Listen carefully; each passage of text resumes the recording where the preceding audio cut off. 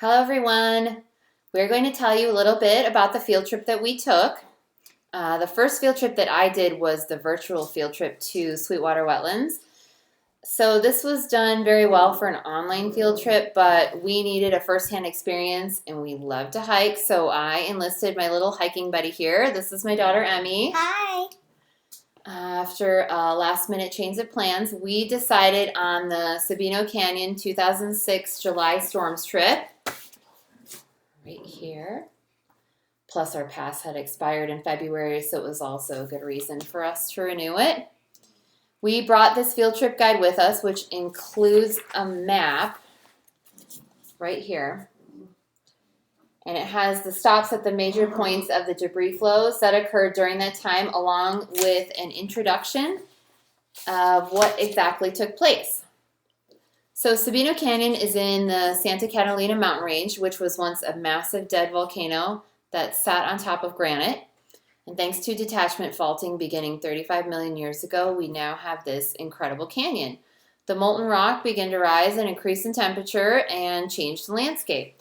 This dome rose, stretched the rocks, which became brittle and cracked, forming the steep faults.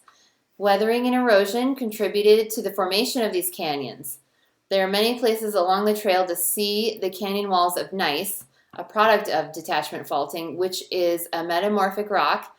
And in this canyon, it is primarily gray and white. So we started off at the visitor center, which was stop one, and we prepared for our journey into the canyon. So this field trip was kind of a departure for us because although we have been to Sabino Canyon many, many times, we haven't actually stayed on the main road path. We usually venture off on the unpaved trails, like the second stop on our field trip, which was the bluff trail down to the overlook. So although we have taken this trail several times previously, our field trip required us to go down into the wash and observe from a different angle. So I will show you the picture from the guide right here, which shows the deposition of all of the rocks that came down in one of these debris flows. So we tried to find the rock that was marked in the picture, but because the photo in the field trip was from 2006, we had differing ideas on which one it was. But this is the picture that we took on Sunday, yesterday. We kind of think it's this one right over here. Our next stop was Rattlesnake Bridge, which was destroyed along with the culverts next to it in one of the debris flows in 2006, but the bridge has been completely restored since then.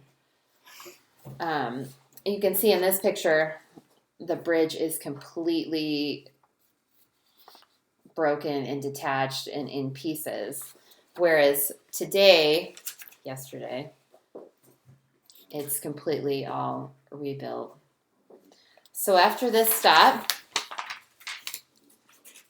the next stop was the general geology of Sabino Canyon, which to us was to admire the amazing landscape that surrounded us.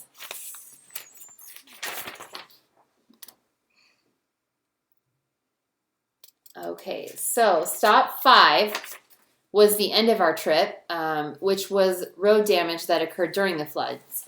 The picture in the guide, which you can see has these little volcano-like mounds in the road as it is described.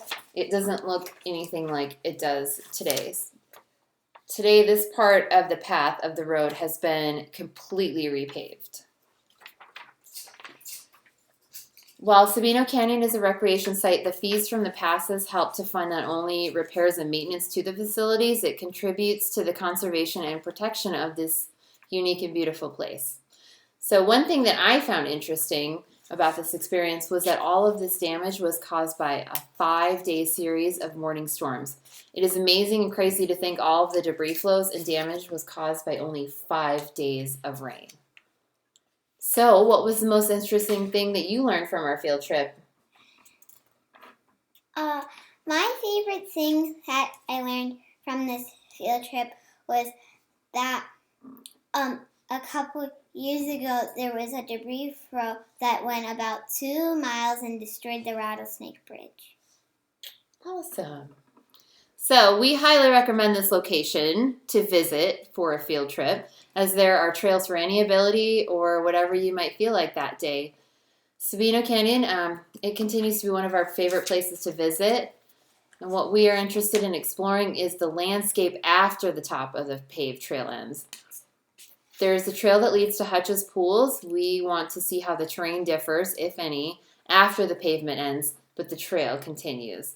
We definitely feel grateful to have such a wonderful place so close to us. Thank you all for your time. We appreciate it. Bye. Bye.